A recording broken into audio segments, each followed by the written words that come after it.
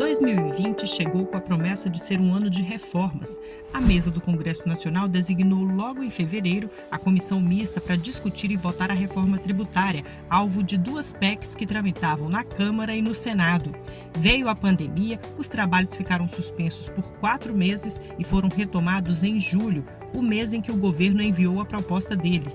O governo quer criar a CBS, Contribuição sobre Bens e Serviços, que unifica o PIS e a COFINS, que são federais. A PEC da Câmara propõe uma unificação maior, incluindo outros 3 tributos, inclusive o ICMS, que é estadual, e o ISS municipal.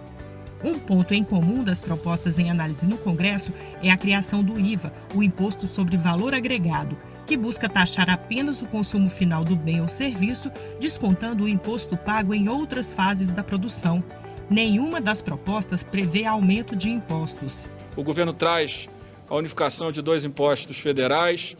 Nós temos propostas que ampliam esse escopo, independente do que vai ser aprovado. Importante é que, em conjunto, Parlamento e Poder Executivo, a gente possa avançar numa reforma tributária que, de fato, ajude, dê segurança jurídica para o setor produtivo investir no Brasil, gerar emprego e renda. Não há consenso sobre a reforma tributária ideal, mas o objetivo é favorecer a atividade econômica e a geração de emprego e renda.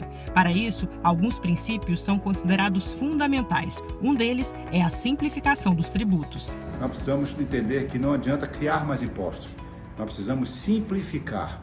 Eu vi de um empresário, às vezes, dizendo que ele não precisava pagar menos impostos, ele precisava saber o que estava pagando.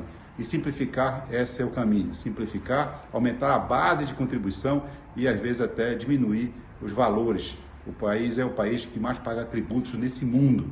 É impossível ter impostos em que todos querem sonegar, porque não conseguem pagar. Nós precisamos, imposto bom é aquele que ele pode ser pago e não aquele que ele quer ser sonegado. A divisão mais justa dos recursos para o governo federal, estados e municípios também é uma preocupação. Os parlamentares da oposição defendem o princípio da progressividade, ou seja, quem ganha mais tem que pagar mais. Acreditamos que essa reforma tributária, descentralizando também os recursos que hoje estão muito concentrados na União, certamente favorecerá estados e municípios e, lógico, não podemos penalizar quem já tem muito pouco. Então essa reforma ela precisa necessariamente incidir sobre altas rendas, sobre altos patrimônios, sobre o sistema financeiro e, consequentemente, nós termos mais recursos que possam favorecer estados e municípios. Outra que passou o ano em gestação é a reforma administrativa. O governo entregou uma proposta de emenda constitucional no dia 3 de setembro. Essa PEC promete modernizar e tornar mais eficiente o serviço público.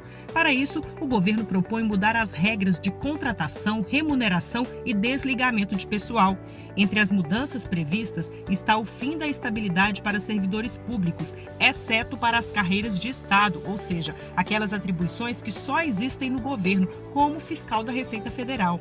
A reforma administrativa ainda pretende acabar com alguns benefícios e vantagens, como licença-prêmio e adicional por tempo de serviço. Nós precisamos dos funcionários públicos, são importantíssimos para o nosso país, mas precisamos de acabar com algumas regalias, precisamos ter um teto dos salários, precisamos acabar com penduricalhos, precisamos acabar com esse tipo de puxadinhos que fazemos para que alguns setores, principalmente no judiciário, ganhem muito mais do que a Constituição permite. O grande desafio é vencer o corporativismo que é enraizado na cultura, não só da cultura dos funcionários, mas principalmente na cultura de alguns setores da economia brasileira que acostumaram, apesar de serem privados, a viver com dinheiro público, a viver na costa do governo, fazendo com que o governo seja o grande impulsionador. A reforma administrativa, da maneira como está proposta, ela é um verdadeiro ataque ao Estado brasileiro. Nós precisamos valorizar o serviço público brasileiro, não nos furtamos a discutir uma proposta de reforma administrativa, mas essa que o governo elaborou, ela é simplesmente impensável, porque além de penalizar o servidor público, ela ainda dá ao chefe do Poder Executivo a prerrogativa que é hoje do Legislativo, de propor fusão de autarquias, extinção de órgãos públicos, e isso nós não aceitamos de forma nenhuma, porque seria definitivamente acabar com o Estado brasileiro. E o Estado precisa ser defendido. Basta ver a importância que teve o SUS, que tem o SUS hoje no enfrentamento da pandemia. Essa reforma pode trazer muitos prejuízos para a população, que vai ter os serviços precarizados. Hoje nós sabemos que o pior serviço público é ofertado justamente naqueles municípios onde o prefeito indica as lideranças, onde o prefeito nomeia todos os cargos públicos, onde existe estabilidade, vínculo concreto entre os servidores e o Estado, nós temos a melhor prestação do serviço público. Portanto, a proposta do governo de acabar com o regime jurídico único, de oferecer estabilidade somente para algumas poucas categorias de servidores, é uma proposta extremamente agressiva para a oferta de serviços à população brasileira. Há um grande perigo de que o fim da estabilidade se torne também o desmantelamento da estrutura estatal brasileira de prestação de serviços de educação, saúde, segurança pública e, claro, assistência social. 2020 abrigou apenas o começo de um caloroso debate que deve ser intensificado em 2021. Vem aí as etapas de votação das reformas nas comissões e nos plenários da Câmara e do Senado. Isso não é uma reforma só do governo, isso é uma reforma do Brasil. E nós precisamos ter essa maturidade, os partidos políticos, a classe política, o governo, enfim, a sociedade, de debater essas reformas importantes e nós possamos aprová-las para o Brasil. Os partidos devem estar soltando uma nota agora, né, que acho que é importante que a partir de agora o líder Baleia, que liderava um partido, então muito focado no seu partido, já fui líder, já fui presidente nacional de partido, que agora a necessidade dele dialogar com todos os partidos, mas principalmente com aqueles que têm divergências ideológicas conosco, mas uma convergência em princípios, principalmente nos princípios da nossa democracia.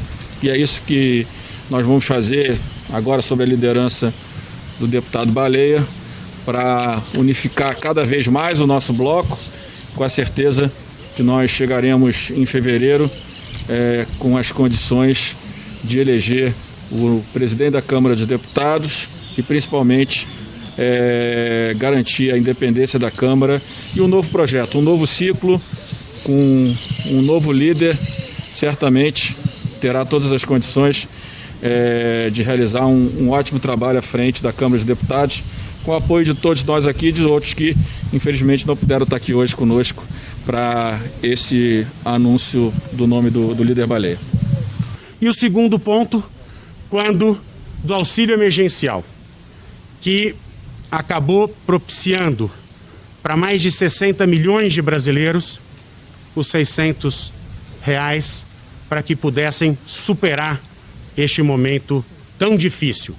Quando o governo indicou R$200 e num trabalho dos líderes, de todos os parlamentares, de cada um dos deputados, nós conseguimos aumentar para 500 e depois, no entendimento com o próprio governo, para R$600. Acho que esses dois pontos mostram que todos os partidos, todos os parlamentares se uniram no momento de dor do brasileiro para buscar soluções. Portanto, queria deixar aqui a minha palavra de entusiasmo com este início de campanha, de agradecimento a todos os partidos do Centro Democrático, os partidos da esquerda, que nós vamos fazer o diálogo, nós vamos mostrar claramente o que nós defendemos e nós vamos trabalhar a partir de agora, conversando com muita humildade com cada um